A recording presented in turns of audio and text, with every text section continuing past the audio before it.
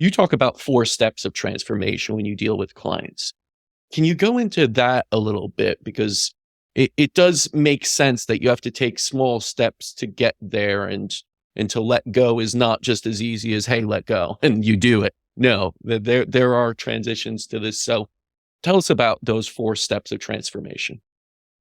Yeah, well, 4 steps are the comfort zone and leaving the comfort zone, moving yourself into the fear zone, because once you get out of the comfort zone, you have to face your fear.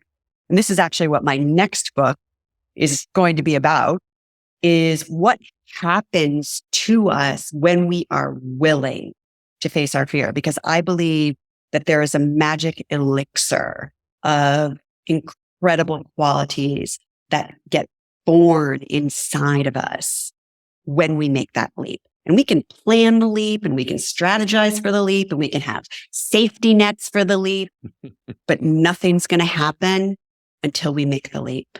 And I've made a lot of really big and crazy leaps, not the least of which was relocating my whole life to the middle of the jungle in the South Pacific. So I know a little bit about this, but so that you have the fear zone, then you have the growth zone, and then you have the success zone. And we have to move ourselves into the fear zone, because that is what gets us out of the comfort zone. The growth period, I think, is the period that people don't like the most, to be honest, because the growth zone is where we have to be willing to fall down and scrape our knee. We have to be willing to get it wrong.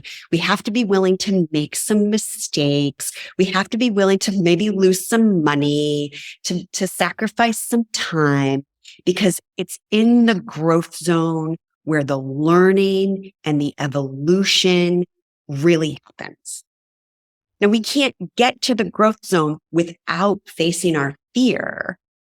And our gifts are born as we face our fear, which really equip us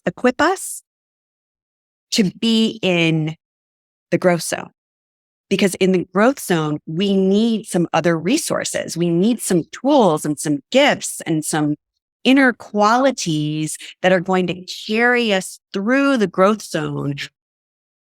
And that's really where we build a stamina, in a way, where we build resilience, where we build some new muscles for life. And then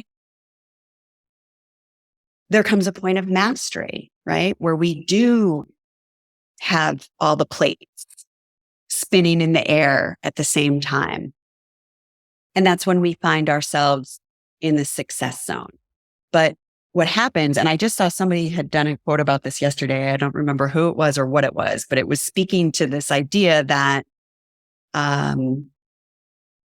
today's success is going to become tomorrow's comfort zone. And that is 100% true as I've experienced it. Because once we begin to master certain things, they become familiar. And as they become familiar, then we get comfortable with them again. And this is, I believe, the built-in way that life asks us to continue growing. And why are we here? What are we doing? You know what I mean? It's like, go live your life. Go experience new things. This idea that we are spiritual beings on this epic human adventure can right size all of this in such a minute, because it's like, let's play a little bit. Let's color outside the lines a little bit. Like, let's live. I don't know if I'm making sense.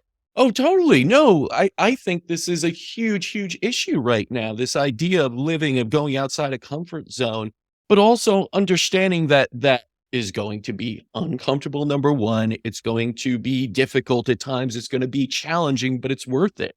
Like this idea that we need to make, safe spaces for everyone and never be offended or never have any challenges in life. And, have things just handed to us left and right. I think that's really unhealthy.